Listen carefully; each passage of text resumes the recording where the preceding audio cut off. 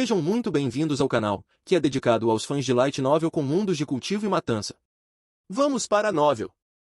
Yuan Shong recebeu Arloja e Ablonoda em sua residência. Havia muito tempo que não se viam, e os dois monges estavam visivelmente mais morenos, resultado de longas horas sob o sol. Enquanto Yuan Shong estivera no campo de treinamento de Kung Fu nos últimos meses, a dupla havia feito uma viagem de volta a Sindu. Eles precisavam se encontrar com o sumo sacerdote para resolver alguns assuntos e também estavam preocupados com a fome que assolava a região. Jovem mestre. Ao ver Yuan Shong, os dois imediatamente juntaram as mãos e se curvaram profundamente em sinal de respeito.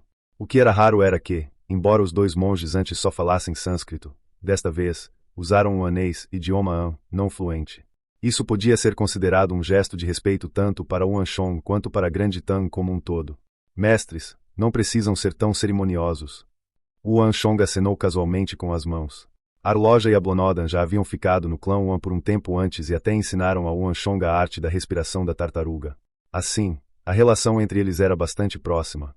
Devemos. Jovem mestre é um verdadeiro bodhisattva vivo para nossa Sindu. O Senhor salvou nossa terra natal de um grande desastre. Por favor, aceite nossa reverência. Com os olhos avermelhados, os dois juntaram as mãos e se curvaram profundamente mais uma vez para Yuan Shong. Aqueles que nunca estiveram em Sindu não podiam imaginar as tragédias que ocorriam ali diariamente. Embora a pobreza fosse extrema e muitos morressem de fome, o problema nunca havia sido tão grave antes. Por todos os lados, viam-se cadáveres esquálidos e esqueletos cobertos de moscas. Se não fosse pela ajuda de Yuan Shong, quantas vidas mais teriam sido perdidas? Por isso, eles estavam transbordando de gratidão por seu benfeitor. Vendo a insistência dos dois mestres, Yuan Shong entendeu que eles estavam agindo em nome daqueles que foram salvos por sua ajuda e, assim, decidiu aceitar o gesto de respeito. Pelas expressões menos tensas da dupla, Yuan Shong percebeu que a situação em Sindu devia ter melhorado significativamente. É bom que Sindu esteja melhor agora. Mas, mestres, o fornecimento de comida da Grande Tang não é uma solução permanente. Se Sindu quiser se livrar da fome, precisa depender de si mesma, disse Yuan Shong. A relação entre ele e Ablonodan e Arloja era baseada em benefícios mútuos. No entanto, a sinceridade nos gestos deles o comoveu, então ele decidiu apontar algo essencial. Embora a fome tivesse piorado nos últimos anos, Sindu nunca havia se saído bem em termos de alimentos. Por isso, Yuan Shong enviou cabras, galinhas, patos e outras aves, além de rações secas, em seu acordo com Arloja e Ablonodan. Se Sindu aproveitasse esses recursos, poderia plantar parte como cultivo e criar o gado. As cabras poderiam parir novos filhotes a cada ano, enquanto as galinhas e patos garantiriam um suprimento contínuo de ovos.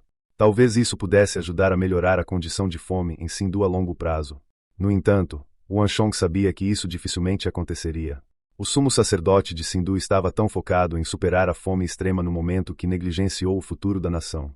Isso lembrou Yuan Shong de uma história que ouvirá muitos anos atrás. Era uma vez um menino que vivia em uma família muito pobre. Seu vizinho, com pena de vê-lo passar fome, decidiu ajudá-lo a melhorar sua condição e livrá-lo da pobreza. Assim, o vizinho gastou uma grande quantia para comprar uma vaca para ele. Ao receber a vaca, o menino decidiu usá-la para mudar de vida e escapar da pobreza. Mas a fome chegou. Lembrando que vacas valiam mais que cabras, o menino vendeu a vaca por uma cabra, usando o dinheiro extra para encher o estômago. Afinal, cabras também podiam produzir leite e ter filhotes. Mas ele temia que o vizinho o censurasse, então lutou contra a decisão. No entanto, incapaz de resistir, vendeu a vaca, comprou uma cabra e comeu como nunca. No dia seguinte, porém, ele percebeu que havia gastado todo o dinheiro da venda. Então, pensou, se cabras valem mais que galinhas, e galinhas botam ovos, por que não vender a cabra e comprar uma galinha? Assim, poderia usar o lucro para outra refeição farta. Com um precedente estabelecido, não sentiu mais culpa em repetir o ato. No terceiro dia, o menino viu que a galinha não botara nenhum ovo. Em pânico, ele a matou e comeu.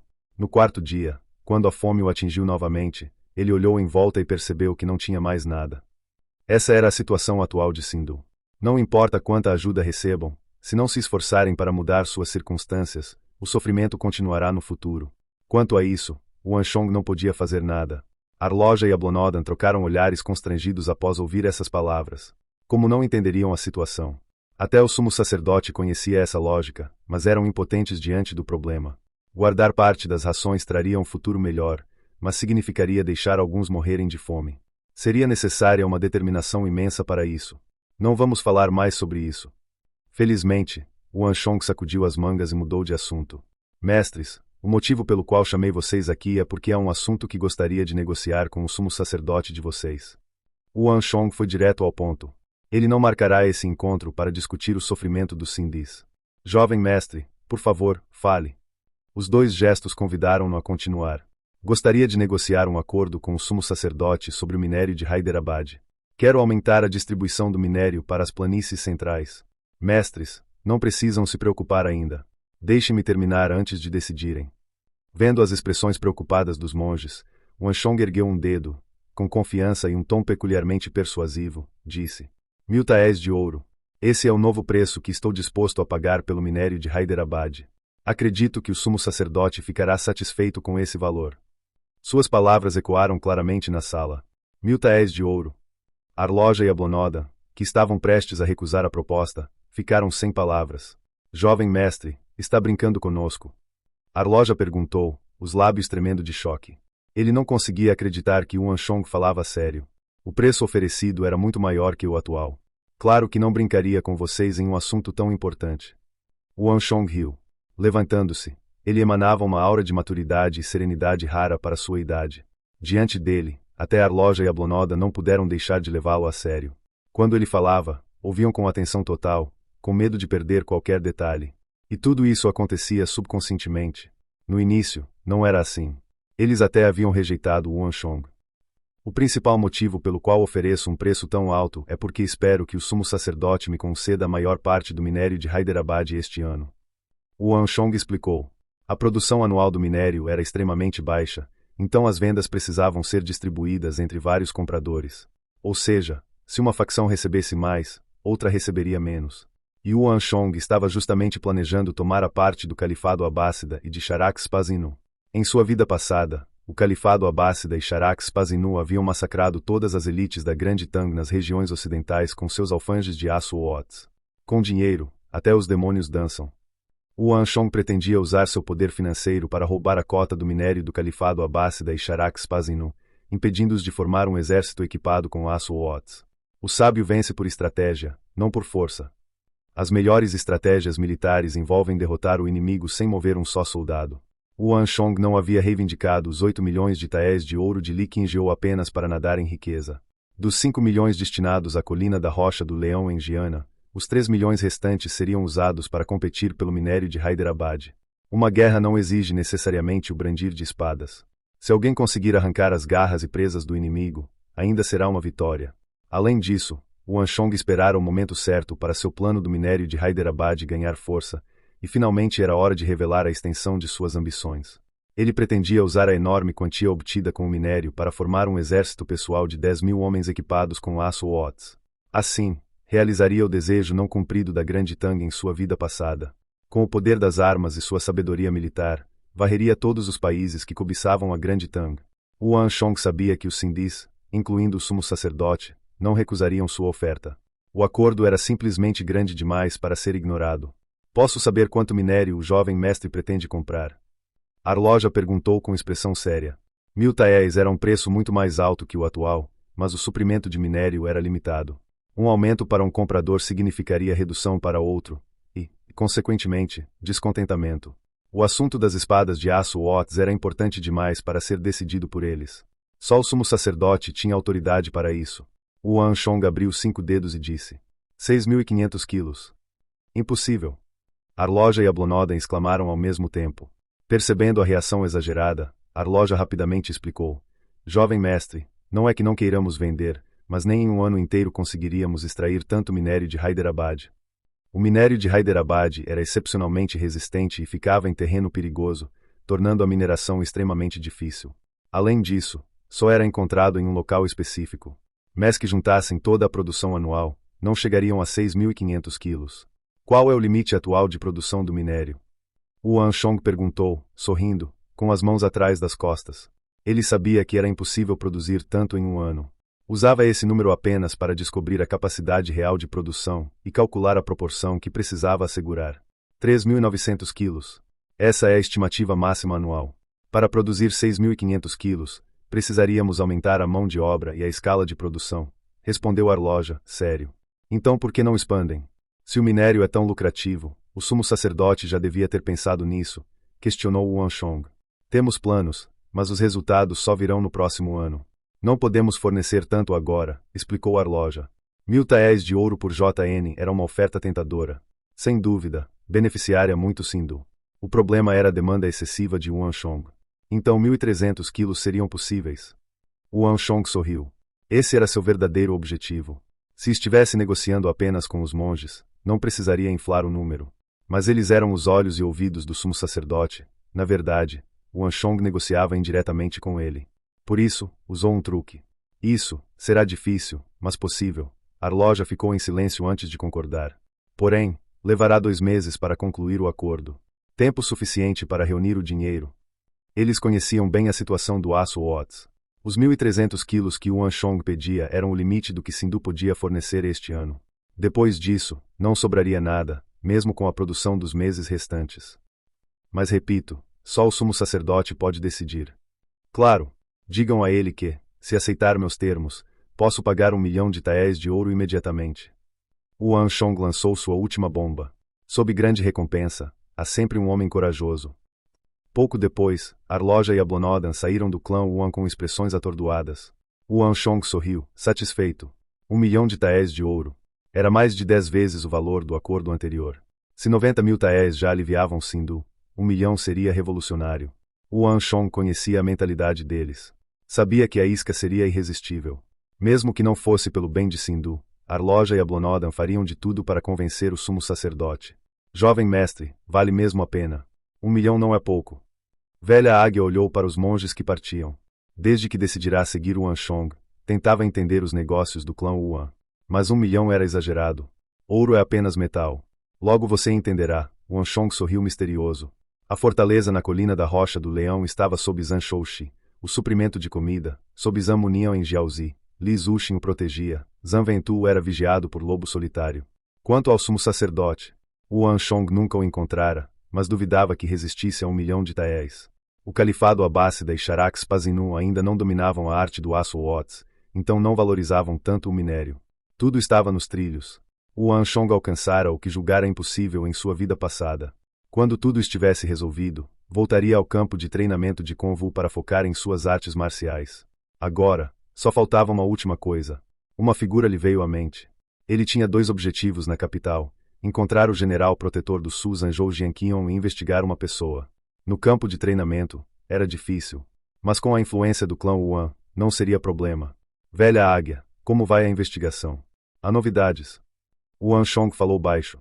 Velha Águia pareceu acordar de um sonho, ficando sério.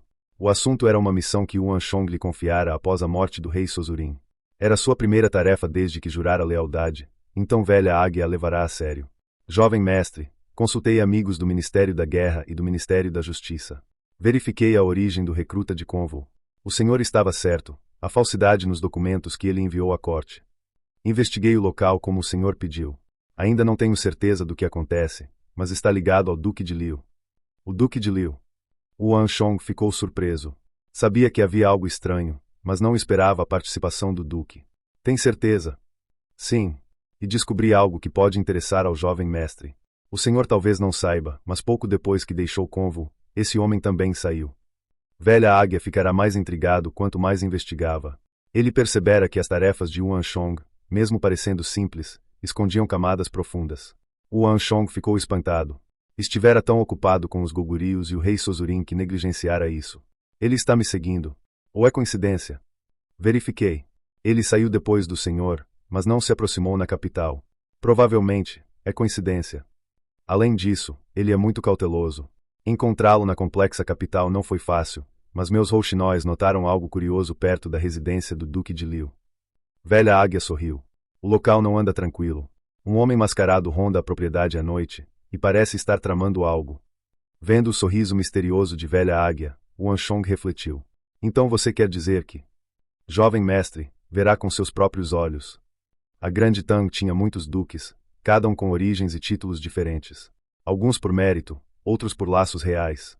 Em 200 anos, muitos surgiram. Alguns herdaram o título, mas sem autoridade real. Não podiam participar das assembleias da corte, mas ainda recebiam privilégios. O Duque de Liu era um deles. Seu título estava na terceira geração e quase não tinha influência na corte. A menos que algo extraordinário acontecesse, ninguém olhava para eles. No perímetro dos altos muros, árvores frondosas escondiam uma residência luxuosa, a residência do Duque de Liu. Na floresta silenciosa, só se ouviam pássaros. No escuro, as lanternas vermelhas na entrada destacavam-se. Velha águia, tem certeza de que ele virá hoje? Yuan Shong sussurrou, escondido na copa de uma árvore. Jovem mestre, não se preocupe. Pelas minhas investigações, ele vem nesse horário todo dia. Nos últimos dias, ele só observava. Agora, deve estar pronto para agir. O canto de um pássaro ecoou.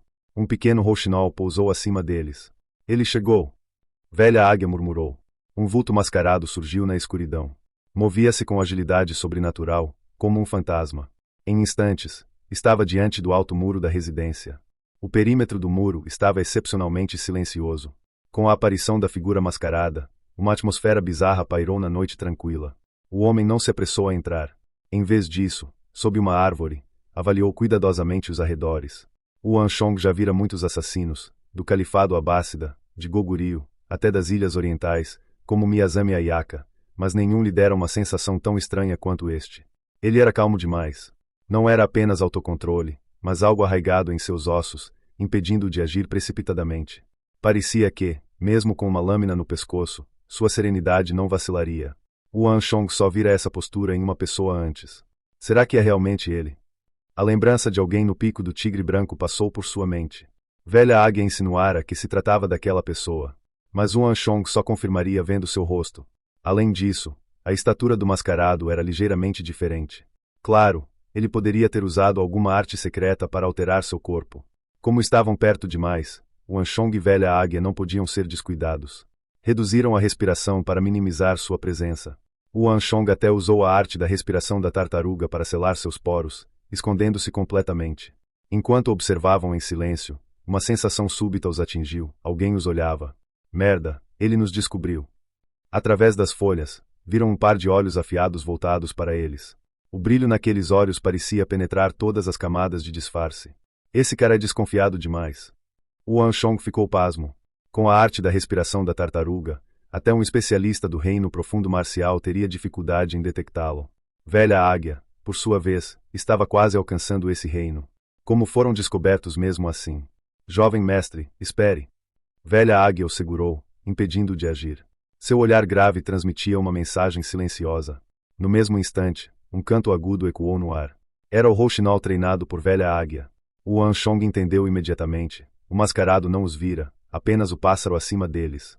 O pássaro inteligente pareceu entender a intenção de Velha Águia.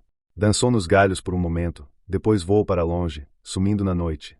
Do alto do muro, os olhos que os espreitavam relaxaram. A sensação de alerta em Yuan Shong também desapareceu. Incrível! Yuan Shong admirou-se. Os pássaros espiões de Velha Águia eram impressionantes, desde águias majestosas até pardais comuns. Ninguém suspeitaria de aves tão comuns. Era por isso que Yuan Shong confiara a ele parte da rede de inteligência do clã Yuan. Velha Águia podia ser mais fraco que Braço de Aço, Lobo Solitário e Mai Yinlong, mas sua habilidade era mais útil. Após confirmar que a área estava segura, o mascarado saltou para dentro da residência e desapareceu. Jovem mestre, seguimos. Velha Águia sussurrou. Claro. Está tudo preparado. Yuan Shong sorriu. Não é meu primeiro dia treinando pássaros. Já espalhei meus olhos por toda a residência. Não importa para onde ele vá, nós o encontraremos. Desde que seus métodos foram descobertos pelos Goguryos durante o caso do rei Sozurin, Velha Águia aperfeiçoara suas habilidades. Agora, até pardais comuns serviam como seus espiões. Os dois pularam do muro e seguiram discretamente. Dentro dos altos muros, gazebos elegantes, jardins, lagos e colinas artificiais se espalhavam.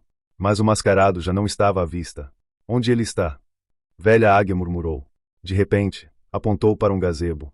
Yuan Shong viu uma silhueta borrada movendo-se entre as estruturas.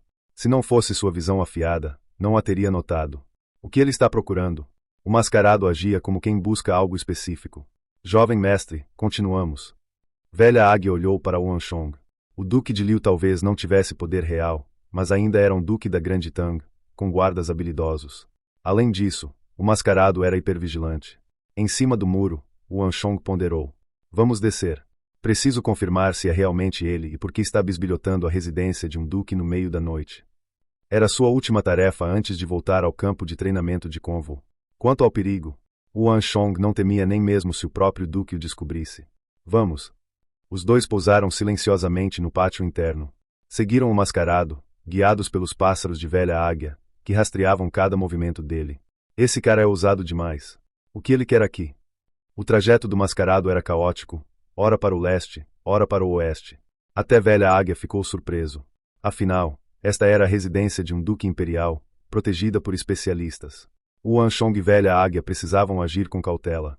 Mas o mascarado agia sem preocupação, como se conhecesse cada centímetro do lugar e o cronograma das patrulhas. Ele entrou na casa de banhos, no salão principal, nos aposentos, no jardim. Em pouco tempo, explorou quase todos os locais, exceto os mais vigiados. Seus movimentos eram assustadoramente silenciosos, como um fantasma. Velha águia congelou. O que foi? Yuan Shong perguntou. Ele entrou nos aposentos do filho do Duque de Liu. O quê? Yuan Shong quase não processou a informação. É onde o filho do Duque vive. Velha águia fitou o quarto iluminado à frente. Yuan Shong estremeceu. Finalmente entendeu o espanto de velha águia. A maioria dos espiões evitaria quartos iluminados, mas o mascarado parecia não se importar. Mas isso não era o que preocupava Yuan Shong no momento. Velha águia, tem certeza de que é o quarto do filho do Duque? Sim. Jovem mestre, vamos ver. Velha águia esperava que Yuan Shong concordasse, mas, em vez disso, seu rosto se transtornou. Temos que sair agora. É uma armadilha. Se não formos, será tarde demais. O quê? Velha águia ficou chocado. Como assim? Seus pássaros não detectaram nada. Por que Yuan Shong dizia ser uma armadilha? Mas Yuan Shong não explicou. Virou-se e partiu em disparada. Velha águia hesitou, mas decidiu segui-lo.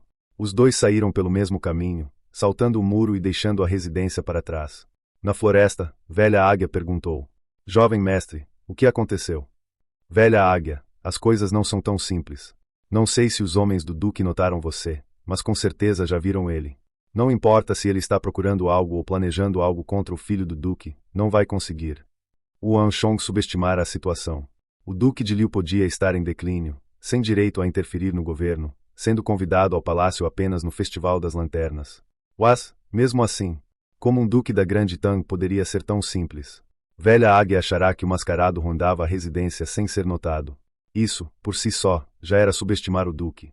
Fim dos capítulos do 286 ao 288.